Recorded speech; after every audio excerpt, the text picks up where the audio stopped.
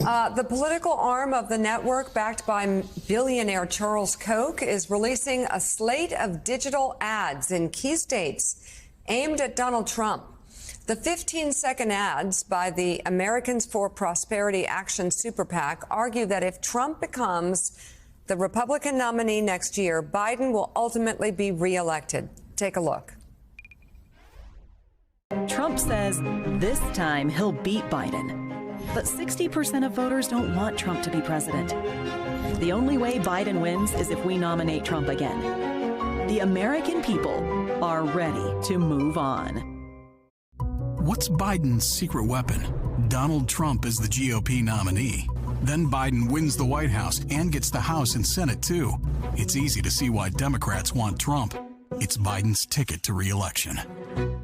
Well, and that's what is, Jonathan, that's what's so preposterous when you start hearing like Trump apologists going, oh, he's trying to take out Donald Trump. Biden's trying. No, Joe Biden knows his best shot of re-election is running against Donald Trump. Political advisors I speak to inside and outside of the White House from the first days of President Biden's term say our best chance at a second term is if Donald Trump is a Republican nominee. Now, of course, they'll say they can beat any Republican, but they understand the dynamics of the race are very, very different if it's a fresh face, a younger face. If it's Donald Trump and they can rehash his record of the last 4 years, his abhorrent behavior, they say, since leaving office, and of course, all of these criminal matters, even the president himself doesn't want to say it, but his allies certainly can.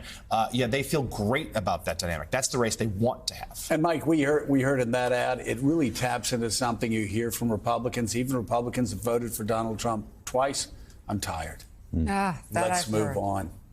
Come on, let's get. It is exhausting. Else. You know who I bet is also tired? Joseph R. Biden. Yeah. Of Donald Trump. Oh my God. Because he bears witness every single day to the damage that this guy has done to this country. Every single day. Now, sure, he's the best guy that Joe Biden could face in order for Joe Biden to win. There's no doubt about that. But I think he lives with the damage, the knowledge of the damage that one man, Donald Trump, has done to America. Kathy, you obviously went out during the 22 campaign. You've been traveling across the country. Do you get a sense among Republicans, the Republican base that is standing by Donald Trump on these issues, do you get a sense from some of them that they are ready to move on? They want to win, and they see Donald Trump as an obstacle to winning. So it's mixed, and I've spoken to some of them just in the last week since the indictment. Some feel that the more indictments there are, the more it is proof that the government and the Biden administration is out to get Trump, and they've almost hardened their support of him. Some of them do say, yes, that this is exhausting, and if we see another indictment, it might, from Georgia, it may just be the one thing that pushes them over the edge.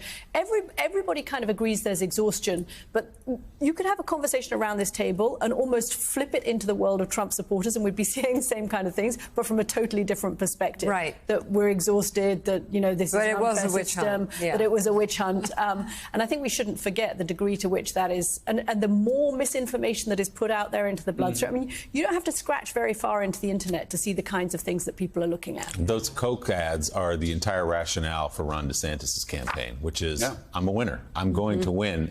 And the implicit criticism of Trump is he can't win. John Cornyn, Senator Cornyn of Texas, obviously a very conservative Republican, said yesterday when he was asked about this indictment, he said, quote, "It's not good." He said, I think Trump's unwillingness to appeal to voters beyond his base makes it unlikely that he could win a general election. That's from Senator John Cornyn of Texas saying, we can't win with this guy. And you know what's interesting, Mike, is in 2016, Mika and I think we've told the story several times, we went out with somebody in the Obama administration halfway through the summer of 16. Everybody was talking about Trump at every table around us, at our table.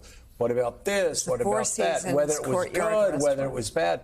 I noticed something fascinating on Friday night. We were out eating Friday night with friends, and most of them obviously not big fans of Donald Trump. We were sitting around, and we talked about New York, how beautiful New York was.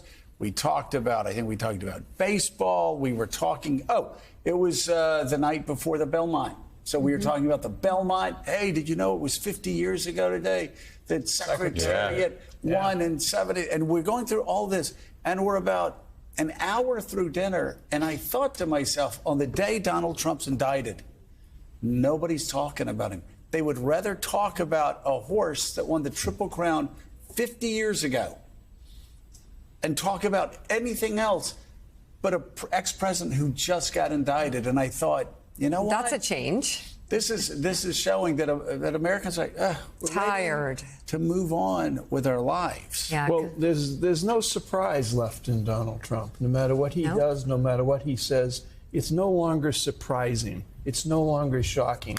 He's removed that from the way we live, the way we exist each and every day. I would be interested in hearing from you, Caddy, whether or not, when you interview all of these supposed Republicans on both sides of the Republican story, whether they're for Trump or tired of Trump, whatever, does anybody ever raise the issue that we speak to many times during the course of each day? These are my boxes. It's my Kevin McCarthy.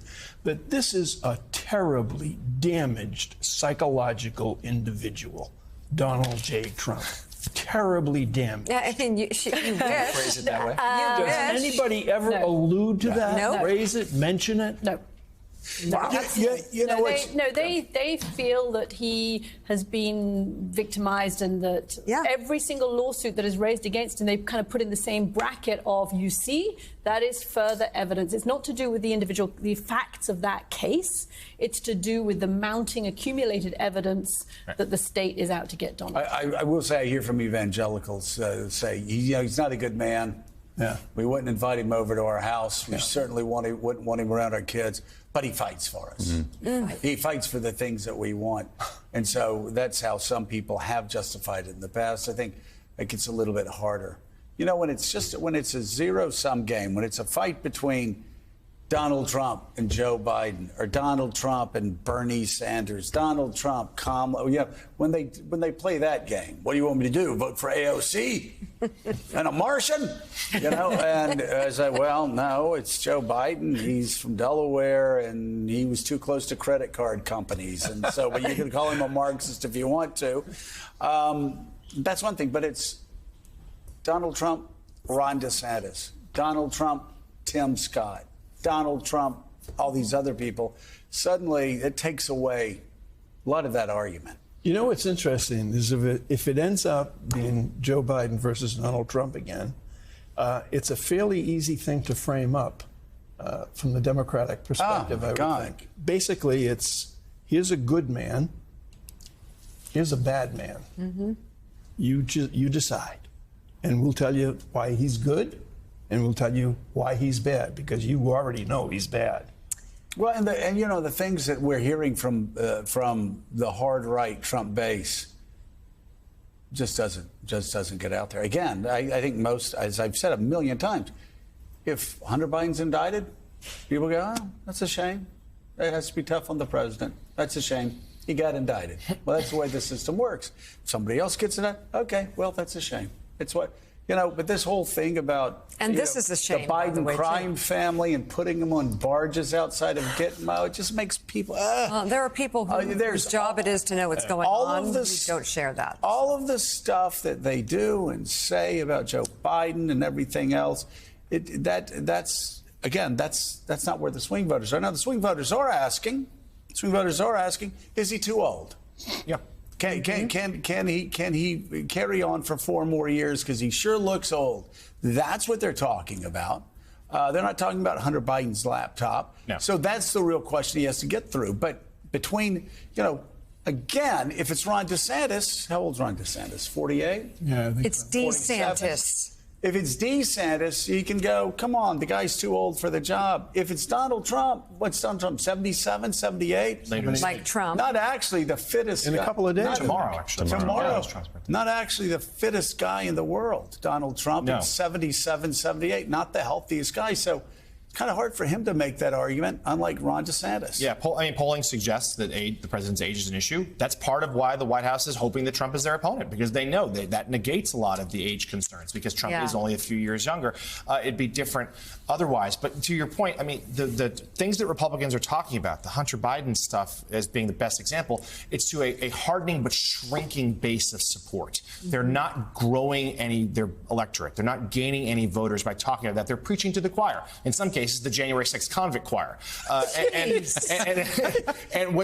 So therefore, they're pretty sure they're for Trump already.